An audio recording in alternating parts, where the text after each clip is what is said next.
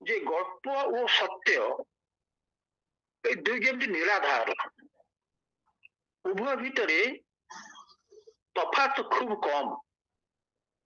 ସେଇ କଥା ହିଁ ଗୌରହରିବାବୁ ସୂଚେଇ ଦେଲେ। ଦିନେ ଯାହା କଳ୍ପନାର ବିଷୟ ଥିଲା, ସେ କଳ୍ପନାର ଜଗତ ଆଉ ଆମ ପାଇଁ ସେତେ ଆନନ୍ଦର ଜଗତ ହେଇକରି ନାହିଁ।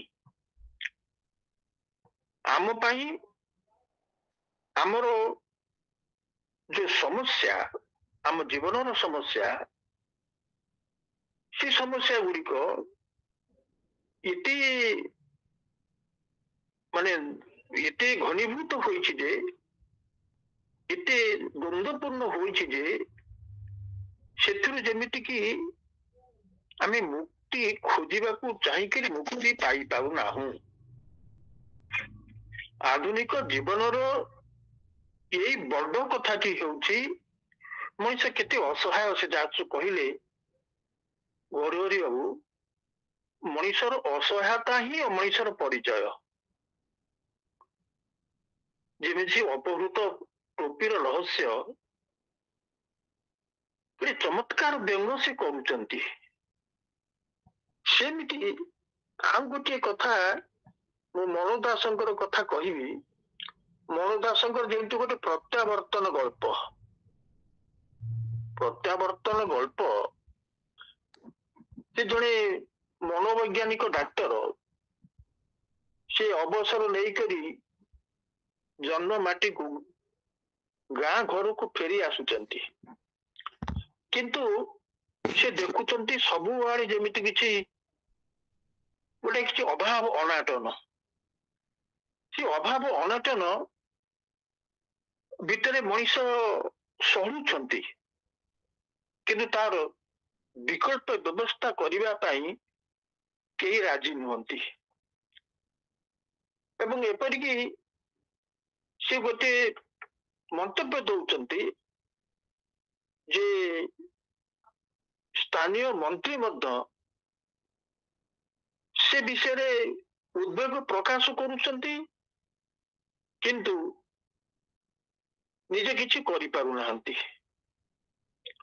ବରଂ ସେ ଗୋଟେ ଯାହାକୁ କହିବା ଅସହାୟତାର ରୋଗ ଭୋଗ କରୁଛନ୍ତି।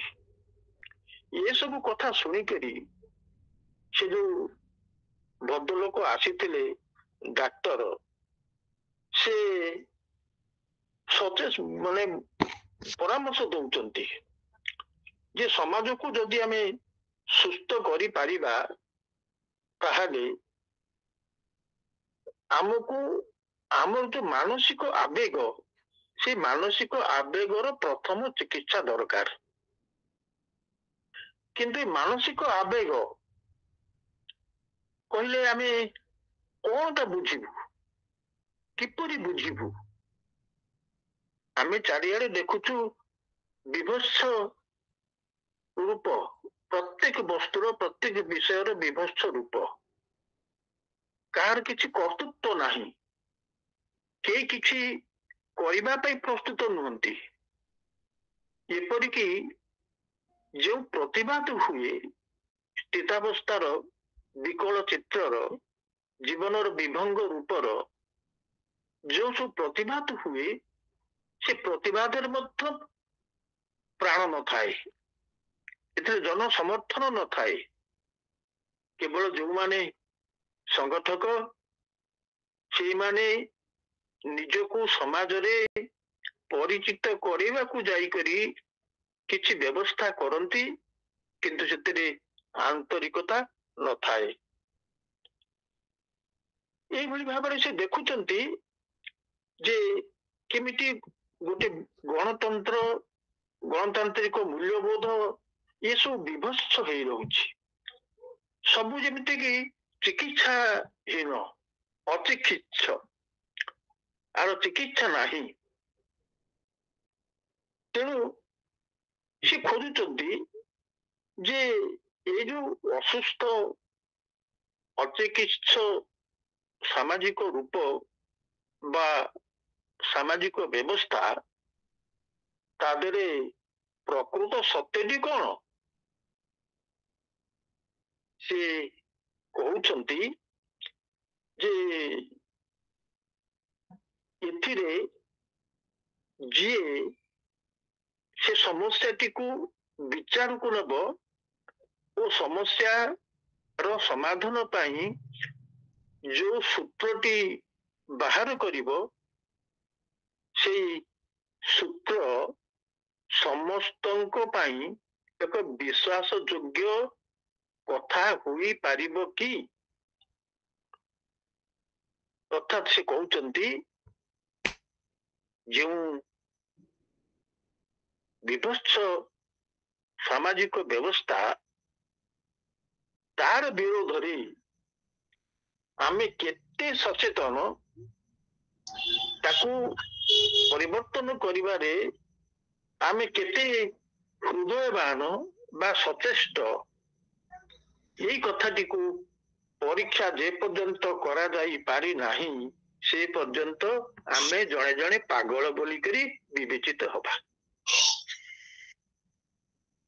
ଏଇ କଥାଟି ହଉଛି କଣ? ଏଇ କଥାଟେ ସେ କହିବାକୁ ଚାହୁଁଛନ୍ତି ଆମକୁ ଫେରି ଯିବାକୁ ପଡିବ, ପ୍ରତ୍ୟାବର୍ତ୍ତନ। ଆମେ କୋଉଠିକି ଫେରିଯିବୁ? ଏ ଯଦି ପ୍ରଶ୍ନ ପଚରା ଯାଏ ତାହେଲେ ଆମେ ଫେରି ଚାଲିବୁ ସେଇଠିକି ଯେଉଁଠି ପୃଥିବୀ ସୁସ୍ଥ ସ୍ୱାଭାବିକ ଓ ମଣିଷ ମାନେ ଦୁର୍ନୀତି ପରାୟଣ ଶୈତାନ ମାନଙ୍କ ଦ୍ୱାରା ନିୟନ୍ତ୍ରିତ ହେଉନଥିବେ, ସେଇଠିକି ଆମେ ଫେରିଯିବୁ। କିନ୍ତୁ ତାହା କଣ ସମ୍ଭବ? ସମାଜର ବ୍ୟବସ୍ଥା, ଗତି, କ୍ଷମତାର ମୋହ ଏବଂ ଅନୈତିକ ଉଚ୍ଚାଭିଳାଷ ବୋଲିକି ଯାହାକୁ କୁହାଯିବ, ଅନୈତିକ ଉଚ୍ଚାଭିଳାଷ, এই ଅନୈତିକ ଉଚ୍ଚାଭିଳାଷ ମଣିଷକୁ ଏମିତି ଉନ୍ମାଦ କରିଛି ଯେ ମଣିଷ ଦିନକୁ ଦିନ ଦୁର୍ନୀତିର ଆଶ୍ରୟ ନେଉଛି, ନିଜର କ୍ଷମତାର ଆଶ୍ରୟ ନେଉଛି ବା କ୍ଷମତା ବଳରେ ଅନ୍ୟମାନଙ୍କୁ ସିଏ କରାୟତ୍ତ କରି ରଖୁଛି, ନିଜେ ନିୟନ୍ତ୍ରଣ କରି ରଖୁଛି। ଆମେ ସ୍ପଷ୍ଟ ତ ଦେଖୁଛୁ ଏ ଗୋଟେ ରାଜନୈତିକ ଚକ୍ର ବା ବ୍ୟୁହ, ରାଜନୈତିକ ବ୍ୟୁହ ଭିତରେ ଯେମିତି ଏସବୁ କଥା ଗୁଡିକ ଘଟି ଯାଉଛି। ତାତ୍ପର୍ଯ୍ୟ ଏହା ମୋର କହିବାର, ଯାହା ଗୌରବ ବାବୁ ସୂଚନା ଦେଲେ, ଆଜିର ଗଳ୍ପ ଆଉ ଘଟଣା କାଳ୍ପନିକ ଘଟଣା ହୋଇକରି ନାହିଁ। ମୁଁ ତ କହିବି ରେବତୀ ଗଳ୍ପରେ ଯୋଉ କଳ୍ପନା ଥିଲା କିମ୍ବା ଗୋଦାବରୀଶ ମହାପାତ୍ରଙ୍କର ସେ ଗପ ଗୁଡିକରେ, ମାଗୁଣୀର ଶଗଡ଼ରେ କିମ୍ବା ନୀଳ ମାଷ୍ଟ୍ରାଣୀରେ ଯୋଉ କଳ୍ପନା ଥିଲା, ସେ କଳ୍ପନା ପ୍ରକୃତରେ ହିଁ କଳ୍ପନା ଥିଲା। ତା ସହିତ ଜୀବନର ବାସ୍ତବତା କେତେ ସମ୍ପୃକ୍ତ ଠିକ ଭାବରେ କହିହବ ନାହିଁ। ଆମର ଯଦି ମାଗୁଣୀର ଶଗଡ଼ କଥା ବିଚାରକୁ ନବୁ ତାହେଲେ ଦ୍ୱନ୍ଦ୍ୱଟା ସେଠି ଦେଖା ହଉଛି କଣ ନା, ବ୍ୟକ୍ତିର ନିଜର ପରିଶ୍ରମ, ଶଗଡ଼ରେ ସେ ଯାତ୍ରୀ ବହୁଥିଲା ଏବଂ ସେଥିରୁ ଯାହା ରୋଜଗାର କରୁଥିଲା ଜୀବନ ପୋଷୁଥିଲା। କିନ୍ତୁ ବିକଳ୍ପ ଯେତେବେଳେ ମିଳିଗଲା, ମୋଟର ଗାଡି ଆସିଗଲା, ଏଇଟା ସ୍ୱାଭାବିକ କଥା, ସମୟର ଗତିରେ ସେ ସ୍ୱାଭାବିକତା। କିନ୍ତୁ ଆମର ପ୍ରଶ୍ନ ହଉଛି, ଆମେ ଏ କାଳର ପାଠକ ପଚାରିବ ଯେ ଶଗଡ଼ ଚାଲିଲା ନାହିଁ ବୋଲି ମାଗୁଣୀ ପାଖରେ କଣ ଦ୍ୱିତୀୟ ବିକଳ୍ପ ନଥିଲା? ଆଉ କିଛି ସେ କରିପାରି ନଥାନ୍ତା? ପାନ ବିଡି ସିଗାରେଟ ଦୋକାନ, ଚା ଦୋକାନ କରିପାରି ନଥାନ୍ତା? ଏଭଳି ପ୍ରଶ୍ନ ଆମ ମନ ଭିତରେ ଆସିବ। ଏହାର ଅର୍ଥଟି କଣ?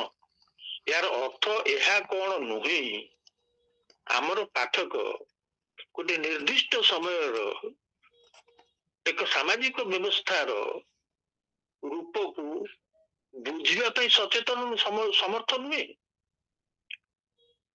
ଏବେ ଗୋଟିଏ ଗଳ୍ପ ଉପନ୍ୟାସ ଲେଖିଛନ୍ତି ବାଙ୍କି କଲେଜର ପାଳି ବୋଲିକରି